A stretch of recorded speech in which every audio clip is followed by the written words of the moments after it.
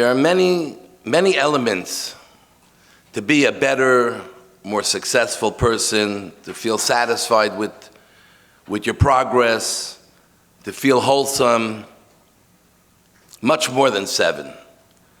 Actually, during these months of the summer, we study Pirkei Avot, Ethics of Our Fathers, and it's replete with incredible amount of advice and ideas, attitudes that one should have to be able to be successful.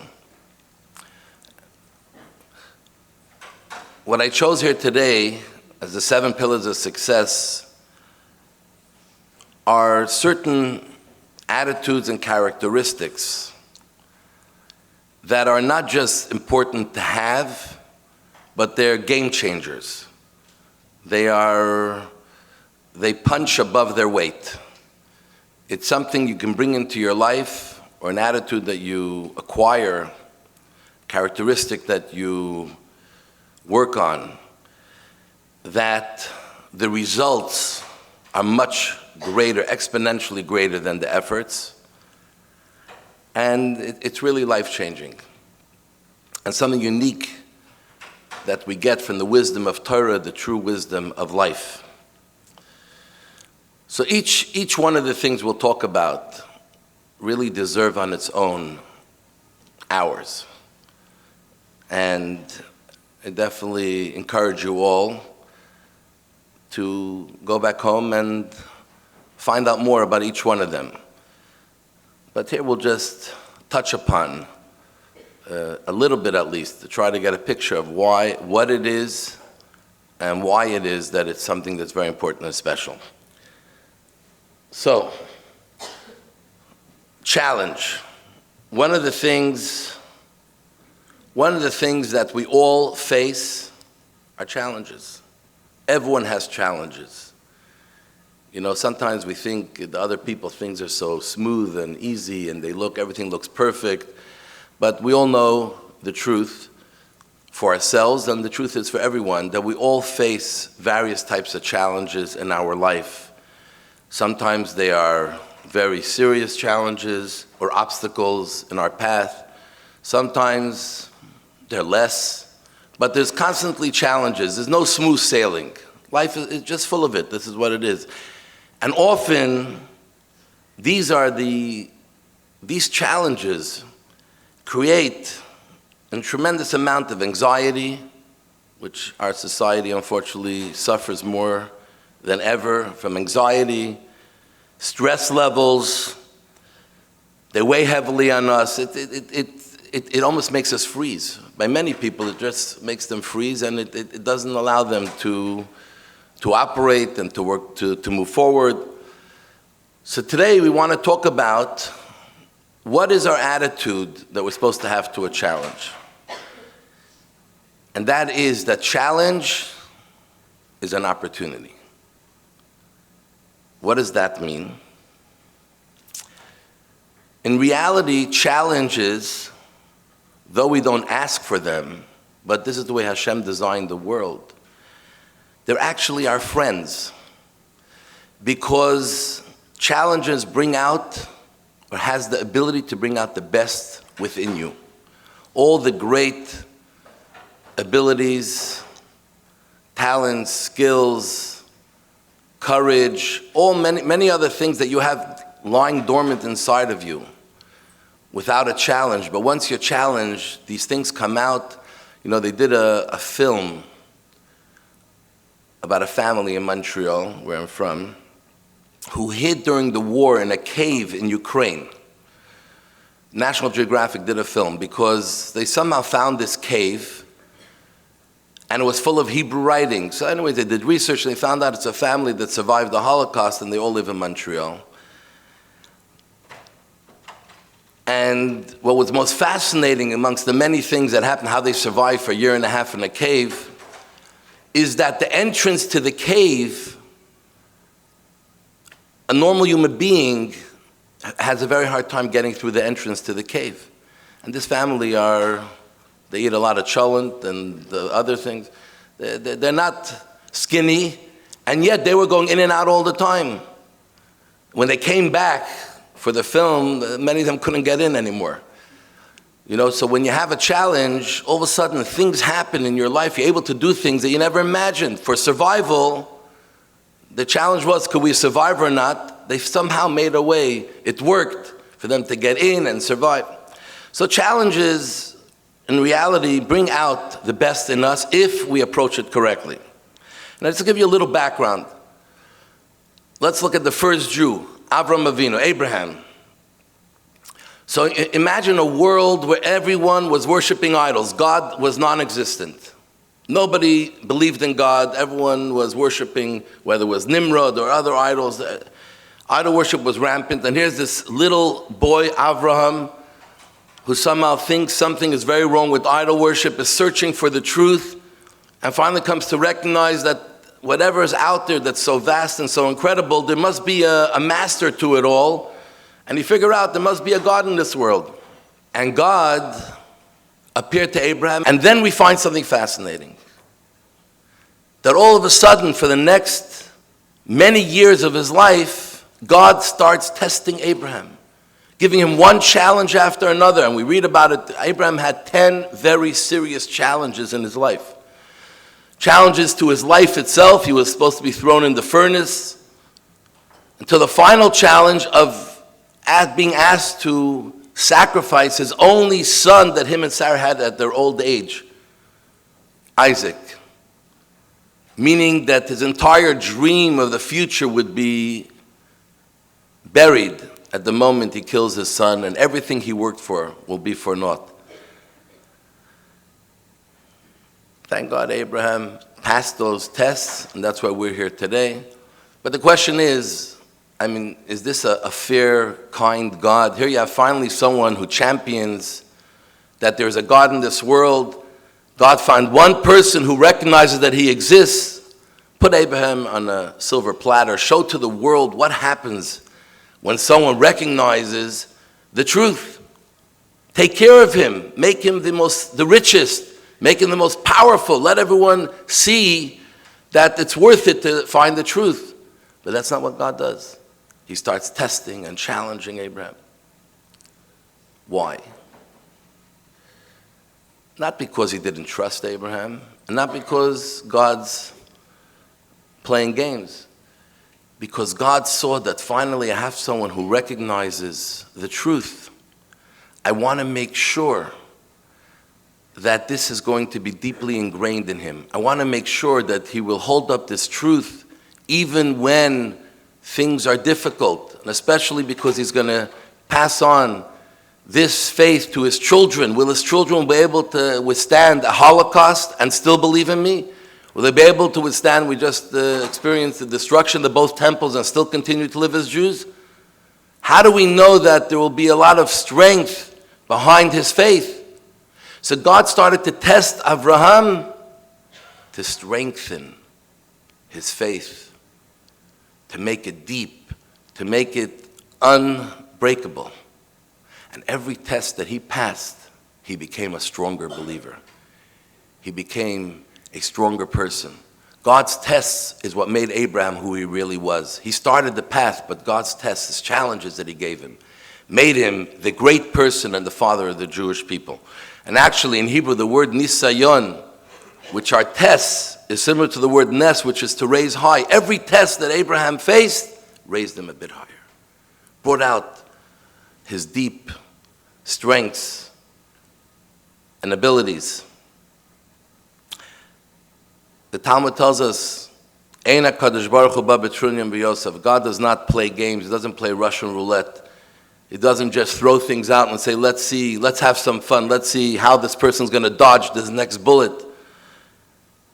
Everything God does and every challenge he gives to us is for our betterment, is to help us grow as a person, is to help us become a better me, to help us to become a stronger version of who I am.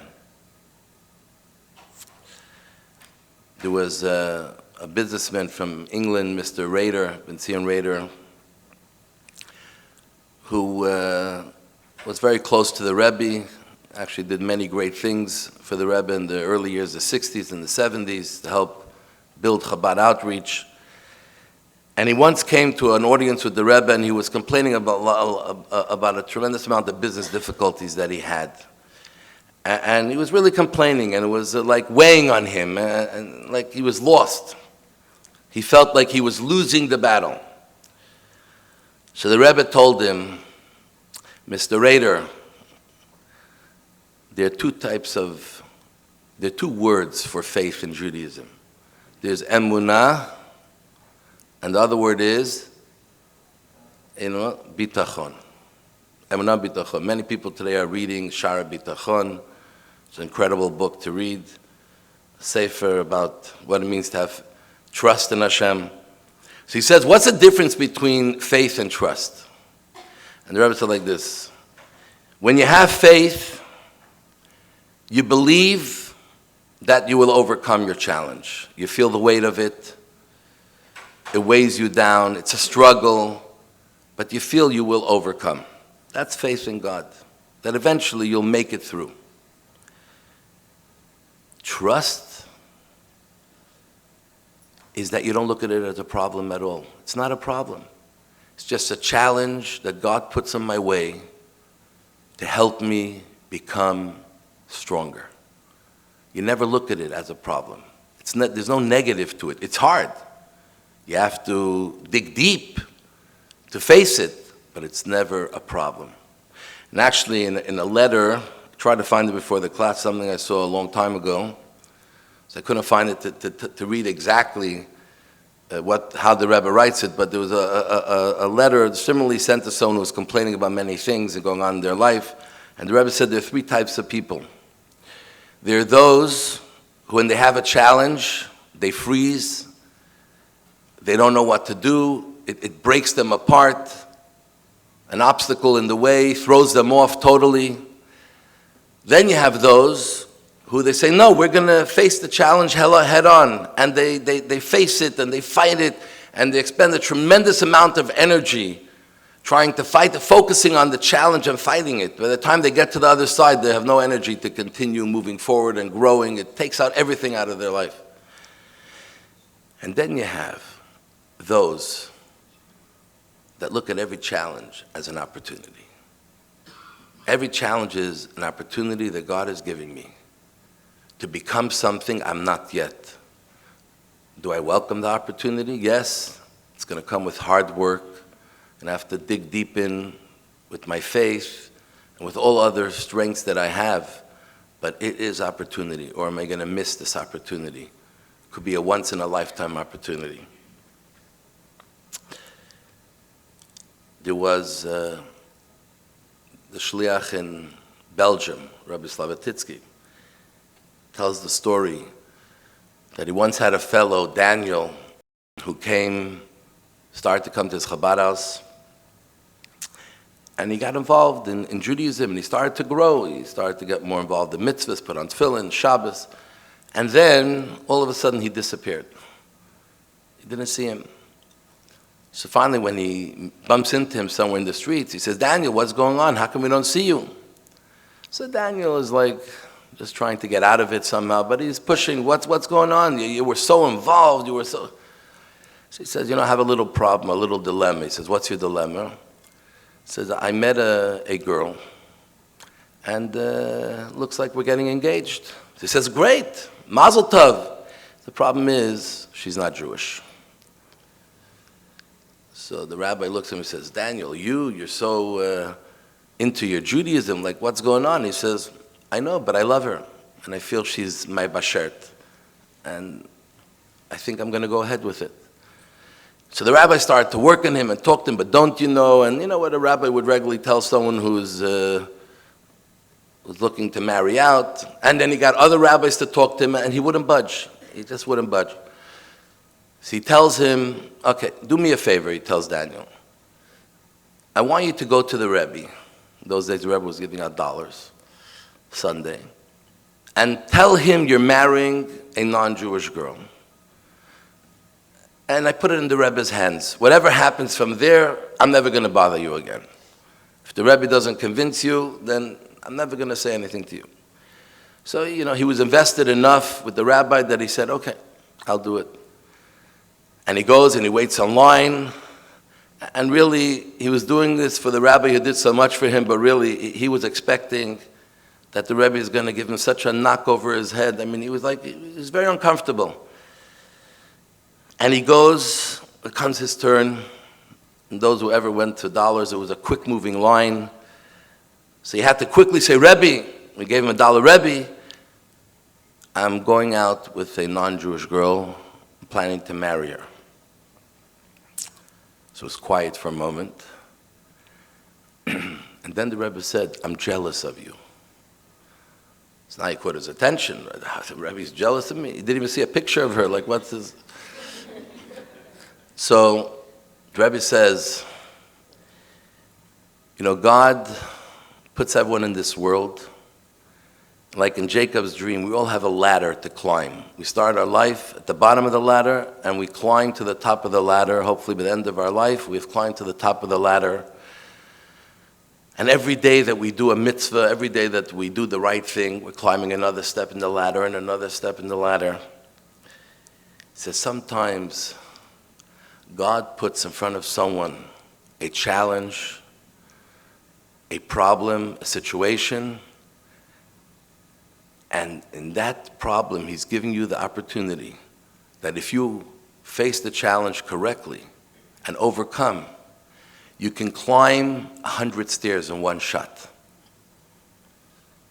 He says, I go through Judaism every day. This is the way I grew up. Every day I do mitzvahs. Hopefully a full day, I climb one step.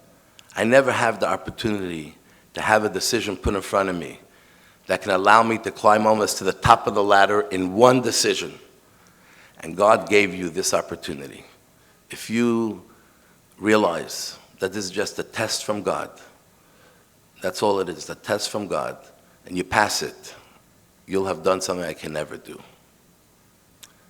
And obviously he did. So this is what we talk about.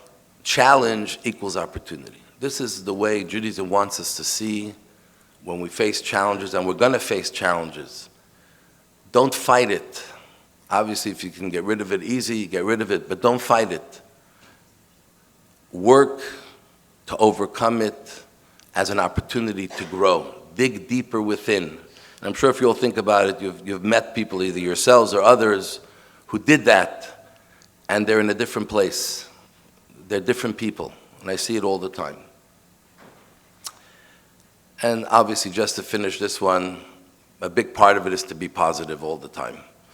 When you're positive, it's much easier to see challenges as opportunity. I can go on, but we'll have to go to the next. Okay, the next one, work, productivity. Now, listen, everyone has to go work. We live in the world, very few people are lucky enough or blessed, and I'm not sure if it's blessed or not blessed, to have parents who are just going to pay their way through life. I know in California there was someone, I think, who went to sue his parents, and he was 35, because they said they didn't give him a choice to be born, and they owed to pay for everything in his life because he never asked to be born. So there's some people who have that type of... But many people, I hear all the time, they hate going to work. Why do I have to work? When am I going to retire? I said, people around me all the time, I'm going to retire at 50, at 55, and I wish I didn't have to work, and I hate waking up in the morning to work. And yet, in Judaism, work, not be work, slave work, I'm talking about the idea of work, going out to work and being productive every single day, is a value to be embraced. First of all, we are taught there are no free lunches. Actually, in the Kabbalah, there's a word called nahama dechesufa, shameful bread. It's shameful. And many people could relate to those who may, be in a lot of handouts. It's shameful to have to just receive without putting anything in to get it.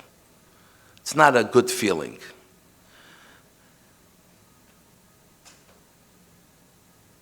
Unfortunately, in our times, many people, there's also a tremendous amount of anxiety. People are unhappy because They say it's supposed to be easy. Why is it so hard? Why do I have to go out and work? Why do I have to go do these things? It's an unaligned idea of connecting what you have to do, living with the work that's associated with it. But in the book of Job, Eov, it says, Adam le'amal yivaled. A person was born to toil. God engineered us that we're born to want to toil, to want to work, to want to be productive. Actually, the Medrash says that when Abraham was walking towards Israel, he didn't know his destination. When God said, just leave your land and go towards that direction, which was Israel. And then God showed him different lands. And he saw one land and the people were lazy, and he says, I don't want to be part of that land. And then he saw a place called Sur in Israel, and he saw how people woke up in the morning. They were working hard. They were going there. They were taking care of what they needed for themselves, and they had a routine and a passion for what they were doing. And he said, this is the place I want my children. This is the land I want my children to be in. I need them to appreciate the blessing of being productive. This is why God wired us in a way that achievement is very important. In Pirkei Avot it says that though a piece of art by Picasso may be worth tens of millions or even more, but someone who can draw will be much more proud about their drawing or their painting they made. Mitisha kabel shel chaver, than even something that's much more perfect and valuable that someone else made. Something that you did is a much different association, connection to it. Actually, they've done studies about people who win the lotteries. So all of a sudden they come into millions of dollars, and they find, you would think that years later these people would be taken care of for life. They find that many of them become poor again in a very quick time. Because something associated with achievement, when you work hard for your money, you have a very different relationship to your money, to what it stands for, to what it represents. And when it comes for nothing, it has no value. It means nothing. And you lose it as quick as you get it. So the idea of achievement is very much ingrained within us, that we want to feel achievement. Because in life, most of life is in the journey of life. You know, mountain climbers, they spend months, years preparing to climb scale these big mountains. And when they get to the top, they don't spend much time. They get to the top, and as quick as they get to the top, they take a picture and they're on the way down. Now imagine you spend months to get to the top, hang around, just to sit down and take it in for who knows how long, in some way comparable to the amount of time you put in, but it doesn't happen that way. You get up there and you're on your way down. Because the real good feeling, accomplishment, achievement is in the journey, is the way getting there. Actually, it's anticlimactic when you get to the top. You feel empty. Many people, they have a night of awards and they go home and the next morning they feel empty again because they need to get back in the game. And this is the way Hashem wired us, because we have to work. So why do we have to work? I mean, if God is, like Fiddler on the Roof says, by God, money is nothing. He can give us everything we need. Why do we really have to work? What do we gain for it? So we feel achievement. And the answer is because Hashem wants partners. He doesn't want people who are just recipients. He wants people who are invested in this world that He made. He wants us to be a partner with Him in this world. And the only way we're a partner is if we roll up our sleeves and we get involved in making it happen. That's why God designed the world, that He gave us all the raw materials of what we need in life. But the last mile, in business they call it the last mile. He gave us the flour, He gave us the water, but if you want to eat, you got to make dough, and then, got to make it flour, and then dough, and then you can eat something. We have to do something for it, because He needs us as partners. He wants us to feel as we are a part of what we are doing, and we're not just the Nama de Sufa, just the receiver without anything invested in it. And this is something unique to human beings only. Everything in the world, they're very happy. Animals, they're created, they go through life, they survive, they know what they have to do. But we have to work. Our food is not readily available. It's not there just to make a kill. People pay a lot of money to watch animals kill all over Africa and see how it goes. Yes, there's some strategy and planning and eating them, but for us, it's a different world. We have the ability and we have the merit to be a partner of Hashem, to put in that effort, to feel achievement, to feel it's ours. We earned it. It became ours because of something that we had done. That's the reason that actually the Rebbe discouraged retirement. Doesn't mean you have to work every day as hard as you worked maybe when you were a little younger. Actually, many scientific studies show and correlate retirement and living shorter. When people do not have something productive, real productive, not playing cards, real productive to look forward to every day, you can play cards, but I'm sure you have productive things also, right? If you don't have something productive every day to look forward to, it affects your actual desire and will to live. And as a rabbi, I see it all the time, but scientific studies show as well. Once we do that, God promises, He's not just wants a partner and He leaves it up to us. He doesn't just give us the raw materials. But God promises us, as it tells us, the sages tell us, Yagata umatzasa tamin, that when you work hard, you will find your success beyond your effort. God also helps us in our work and productivity. When we work hard, when we're ready to put in the effort, God brings us the success even beyond our effort. But we need to put in that effort. I think the one thing I would end off is important to always remember that work and productivity is important, but we work to live and we don't live to work. At the end of the day, the most important thing in life is to live your personal life, your personal growth, your family, and living as a good Jew, doing what you have to do. But work itself is a positive thing that we should embrace, the idea of needing to put in the effort and show productivity and achievement. So we'll go to the next.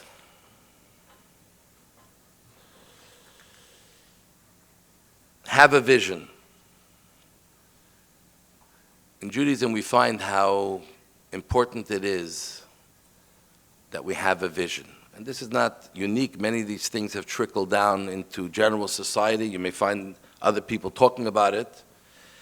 But just to give you a little insight, if we look at the Torah, it talks about Jacob. So Yaakov is leaving his parents' home. He's going to start a life for himself. Till then he was under the sort of the umbrella of his parents, living according to the way they set up his life. Now he's going to find himself. He's going on his own. He's going to a foreign place, Haran.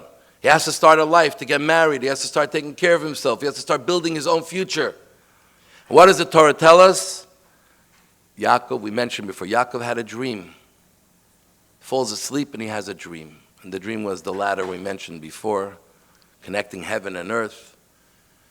And that dream, Yaakov puts together his vision, gets his vision of what he's supposed to do in life.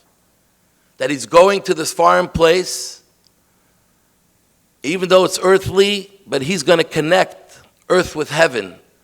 He's very clearly focused on what he has to do. And he lives his entire life based on that vision that he got. Same thing with his son Yosef. And the Torah tells us about his dreams. Joseph goes and he has 2 dreams.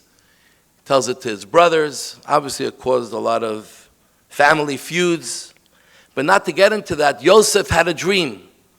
And Yosef remained very focused on his dream. He wasn't just a dreamer. In his dream, he was a vision. And he started to do things in his life to get to that vision. to be the one who will influence others around him, to be the one who will bring people together, to learn the truth, to see the truth, and to live by the truth, to live with purpose and meaning. And Yosef never took his eyes off the ball. He had that vision, he had a goal, and this is what kept him going. And this is so important for all of us. And we are blessed because our vision and our goal is Torah. Hashem gave it to us. He gives us the Torah and he says, this is the way a Jew should live. Not just because I told you you should live this way. This is the way you should live because this is the way you can be the best of you, who you are. This is the way that you can live to be the utmost of what I wired you to be. The story of famous Chassid Reb Mendel Futerfas, who spent 7 years in the gulags of communist Russia, arrested by Stalin for spreading Judaism and helping Jews. And even though it was the 7 difficult years, he never wavered in his Jewish commitment. And actually, because of that, everyone there respected him. All the prisoners, fellow prisoners, many of them were gangsters and all types of political prisoners, but they all respected him very much. And in one of the gulags where he was, they gave the people there 1 day a year, a day off. Not that they can go out to see family, but sort of 1 day you don't have to work, and everyone used to do their thing. And there was one fellow amongst them who was a tightrope walker. So he was telling everyone, the day off, you see these 2 buildings? I'm going to put a rope between these 2 buildings, and I'm going to walk across 2 stories high. I'm going to walk across whatever the distance was. And no one ever saw a tightrope walker, and they were like, they couldn't believe it. It's impossible. And it came the day, and everyone gathered to see this guy. He got a rope, and he saw Mendel. He said, Mendel, you going to be there? He said, yeah, sure, I'll be there. Anyways, the guy goes, he has a stick, balancing stick, and he starts walking and takes 1 step, and everyone gasps, and another step, like people with their mouths open. They never saw anything like this until he finally reached the other side, and he got a big round of applause, and everyone's cheering. And as he's scouring the crowd, he looks for Mendel with the beard. He was able to recognize him, and he sees he's sitting there not so impressed, like he's not really shouting and clapping. So it bothered him because he respected him a lot, and don't you want to respect me for what I can do? So afterwards, he walked over to me. He said, you weren't impressed? I mean, could you do it? So he said, listen, I definitely can do it. But I got it very quickly. You had this balancing stick, and every step you took, if you were falling a little to one side, you balanced to the other side. So with practice, I can see it happening. Most people being able to master it. So he said, Mendel, you missed the whole point. He said, the only reason I can get to the other side and walk the expanse of whatever amount of feet it was is because from the moment I take the first step until I reach the other side, my eye never leaves the goal. I know my destination and I never look anywhere else. If for one moment I turn my eyes to look right or left, it's over. With all the balancing sticks and everything, it won't help anything. You have to keep your eye on your goal all the time, and then you make it across. Reb Mendel used to use this in his Farbrengens afterwards all the time to say, and that's what Judaism teaches us, that we all have to have a vision and a goal, but we don't have to make our own. We have to have personal ones within Judaism. Judaism is like a highway. The many cars go on a highway, so we all have our personal input in our life based on who we are, our character. But the vision and the goal is very clear: to live like a good Jew, to follow the mitzvahs, to do what we're supposed to do. And when you have that vision and the goal is clear, then you're able to move forward. You're able to continue even though many distractions come along the way that try to throw you off. You're able to continue on. There was a Hasidic Rebbe, Reb Meir Pramishlan, from the early Hasidic masters, one of the great masters. So the story told how he used to go to the mikveh every morning before prayer. But in his town, there was a little hill. And the mikveh was on the other side of the hill where he lived. So you can either walk around, like the Doral Trump, you have to walk around all the way, and it would take 20 minutes to go each way. Or you walk over the hill, it's 5 minutes. So he would always walk over the hill to go in the morning to the mikveh before he prayed. Anyways, it came winter, and there were some young people who saw him every day go over the hill. And then it came winter, and it snowed, then the snow turned to ice. And the snow turned to ice. Okay. And then the youngsters were sitting there and they were saying, let's see how Reb Meir is going to make it up the hill. Maybe he's going to go around. Anyways, the next morning they get up and Reb Meir goes up the hill and he walks and walks and he doesn't fall. And the way there and the way back, he doesn't fall. So they couldn't believe it. Like, well, you have special shoes. Like, today you can buy shoes that you don't slip on ice. Like, what did you have? So when he came back, they asked him, how did you do it? So he said a word in Yiddish. He said that when you're tied above, you don't fall below. When you know your goal and you have a vision and you stay true to it, then you don't fall. When you don't, you're falling all the time. Okay, Rabbi Epstein said we have to move quickly. The next one is humility. This is a very, very powerful one. Humility is a concept that we find throughout Judaism, from the Torah and beyond. The idea is that in Judaism there's no room for an ego. Now, we all need an ego, we all have to be ambitious, but there's no room for an unhealthy ego. We have to realize that life is bigger than me. Like Hillel said, the famous saying of Hillel, if I'm not for myself, who am I?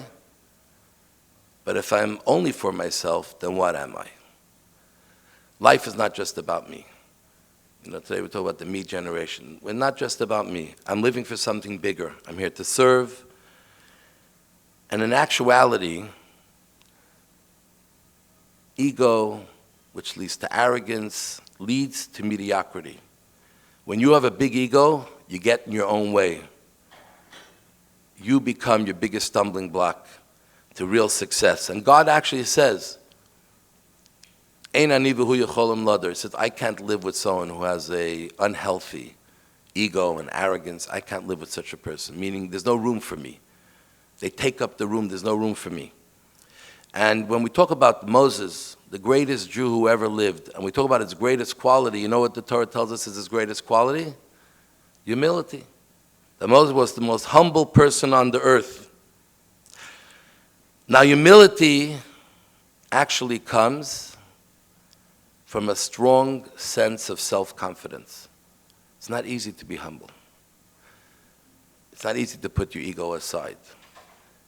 But you have to have it's not a weakness, it's a strength. But it's a strength that doesn't pit you against someone else, but allows you to invite other people into your world and allow other people to invite you in their world without being threatened. Because it's not thinking less of yourself, it's thinking of yourself less. The underlying way to become humble, unfortunately we're going to have to move quickly through some of these, is to have gratitude. We have to have gratitude. That's why in Judaism, the first thing we say every morning we wake up is, Modeh ani lefnecha, I thank you, God, that you gave me another day. When you have gratitude, then you're on the path to humility. But when you don't have gratitude, it's very hard. Because at the end of the day, none of us can do it alone. We all need others in our life to get to anything. And the truth is that even someone who becomes a leader, true leadership is about serving those who are under you, not them serving you.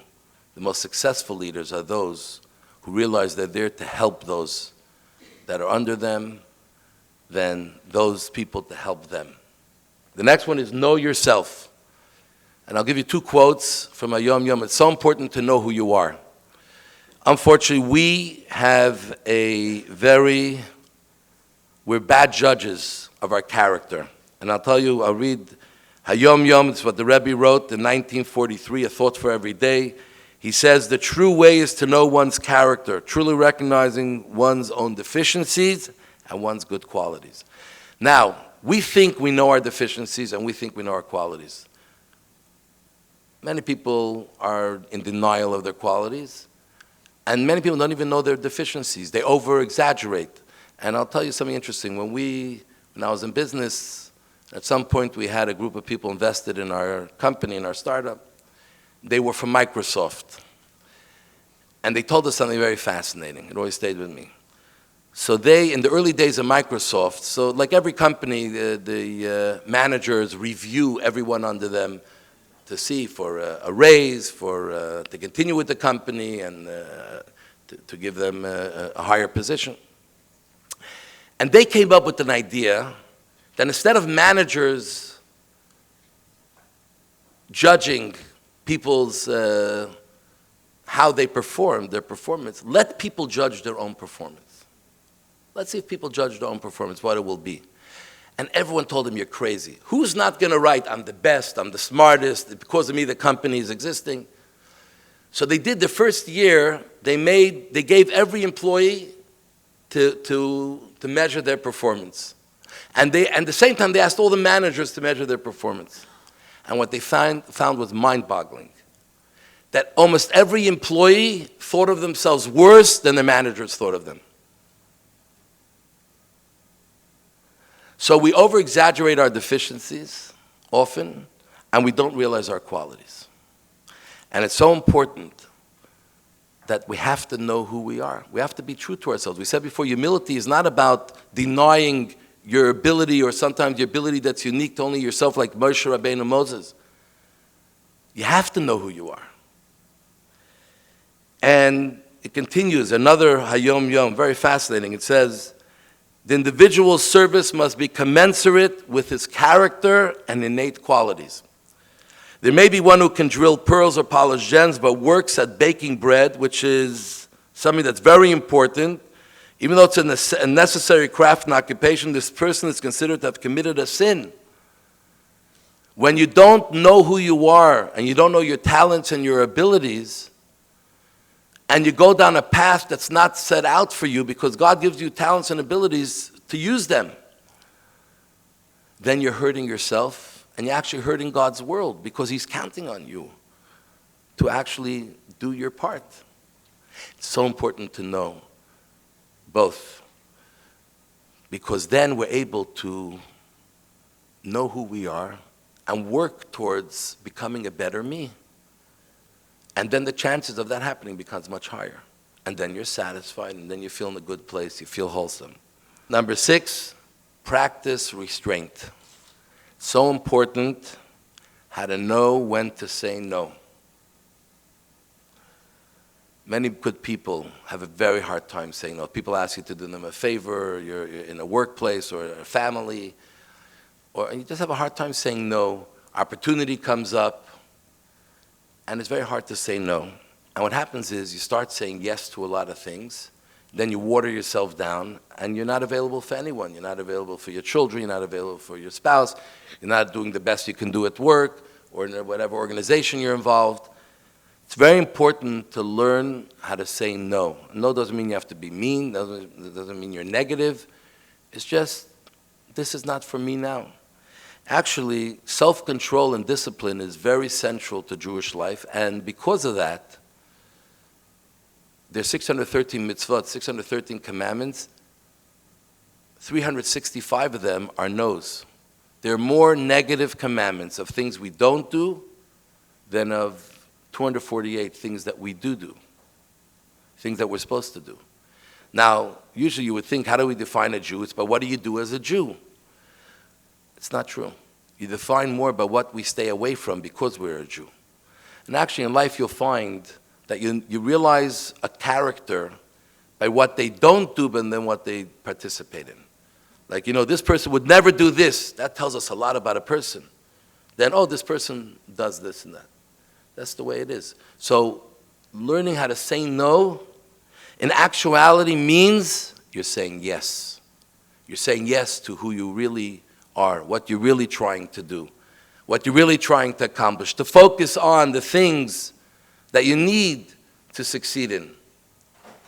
So it's important to learn how to say no. Not we should always say no, but you have to know. All of these things take obviously effort, takes knowledge, and it's all there in all the many teachings of Judaism that's available. I'm sure you hear it here, you'll hear it from your rabbis back home. It's so important to be able to have that within ourselves. And I see all the time that, many people practice a Judaism that is all about, yes, we love the traditions. We love having a Rosh Hashanah meal and a Passover meal, and the family gets together, and it's beautiful. I always ask them the question, did your kids ever hear you say no to something? Because we're Jewish, we don't do this. Unfortunately, for many, they did. You know when? When they brought home a non-Jewish girl or boy at the age of 20, they said, no, you can't do that. You know what the kids say? Then wait 1 second. You never said no to anything about because we're Jewish. Why all of a sudden now? Then the parents come crying, what could you do, Rabbi? So you came 20 years too late. If you would have said no to something and brought your kids to synagogue, maybe even once besides Rosh Hashanah, they would have known that in Judaism, you sometimes say no to something that's exciting and interesting because you're a Jew. So how do we define ourselves to be able to succeed in any area in life? Is learning how to say no to the noise, to the things that are trying to distract us. You know, when you drive on the highway, there are many exits, there are many great attractions. But when you have a destination, you ignore all those exits and attractions because you got to get to your destination. If you don't, you'll never get there. By the time you get there, you miss the boat. The last, I think is very important, most important, is just get started. Just begin. Most of us, I think, face a dilemma. We have great ideas. We have great dreams. In our mind, in a certain time, we make up, we get inspired, we're going to do something. And then all of a sudden, a voice comes in and starts saying, but you know, what's the chances you're going to succeed? I mean, is it ever really going to get off the ground? That little Yetzer Hara voice gets in and starts working on you. And even if we started, we give up very quickly, we don't put in the effort, or we don't even get started. And Judaism, which is the world of action, says just begin. Just get started. And Pirkei Avot, it says, it's not your job to finish. Don't worry about how you'll get to the end line. Just start. You have something good you're feeling, you want to do, a dream you want, just start it. Don't worry about the end, how it's going to play out. Just get started. Because the hardest is to get started. You know that a rocket ship, you ever watch NASA when they send off a rocket ship, it's full of all types of things connected to the rocket ship. Fuel, a tremendous amount of fuel. You know that most of the fuel is burnt in the first few seconds of takeoff. Once it goes out of the atmosphere, it doesn't take that long, it has very little fuel. You don't need much fuel. But to get started is the hardest resistance. And if you just push and get started on you tell you, I want to do a mitzvah, I want to do something a little more, even though I never did it until now. In your personal, I want to start a business, I have an idea, I want to help other people. Just get started, because that's the only thing you really control. How things play out, this is God's world. But the only thing you can control is if I'm going to get out there and actually follow through and get started in what I'm doing. You know, King Solomon says in the Song of Songs, it says, open up to me, my sister, my bride. This is what God says to the Jewish people. So God says like this, the rabbis say, open a door as tiny as the eye of a needle, and I will open the gates wide enough. I heard by the Fabrengen, he spoke about a needle. And I'll open your gates wide enough to let carts and horse-drawn carriages drive through. What is God telling us here? You know, the eye of a needle, the hole is very, very, very tiny. But it's thorough. You can put something through that hole. It's small. I have a very hard time putting through a thread if I ever have to. But it'll make it. Sooner or later, I'll get it. It's a tiny, tiny hole, but it goes through and through. And God said, if you just make an opening, a true opening to me, you make a true opening for yourself in an endeavor that you want to do, I will help you reach the opening as the gates, like a big hall, without even any doors. It'll be open like you can't imagine. And this is what God tells us for everything in our life. Just make that little opening. Just start the engine. Just take the first step. And we find it throughout. God told Moses they built this very, very heavy material beams and other things for the Mishkan. And Moshe says, how do I lift it up? These beams are 15 feet tall, made out of solid wood. God said, just put your hand underneath and I'll give you the hydraulics. It will lift up like no problem. And that's the way it is in life. When we put in, we talked about partnership, when we go and put in our effort to get started, our seriousness, not to just get it started and give up right away, to put in that little effort to get out and to start making what we want to do happen, God will be there for us to help us get to the end game. And not necessarily we'll get to the end game, but it will be ended. So number one, it's not good to overanalyze. Whenever we overanalyze anything, we never do it. You have to analyze enough to understand the hardships, the risks, what you have to do to get started, but never overanalyze to what the chances are that what you're going to do is going to succeed. In the long run, as long as it makes sense, especially if it's something related to Judaism that the Torah tells us we have to do or we're supposed to do, then obviously it's doable. You know, I had a fellow in my shul who had a store, a men's store, in like the nicest street in Montreal, and the biggest day of business was Shabbos. And I started to get to know him, and I always used to tell him, say, Albert, I look forward to one day your store will be closed on Shabbos, and you'll be in shul, and you'll be celebrating with us. And, you know, he's a good Jew. Somehow it was like a seed planted in him.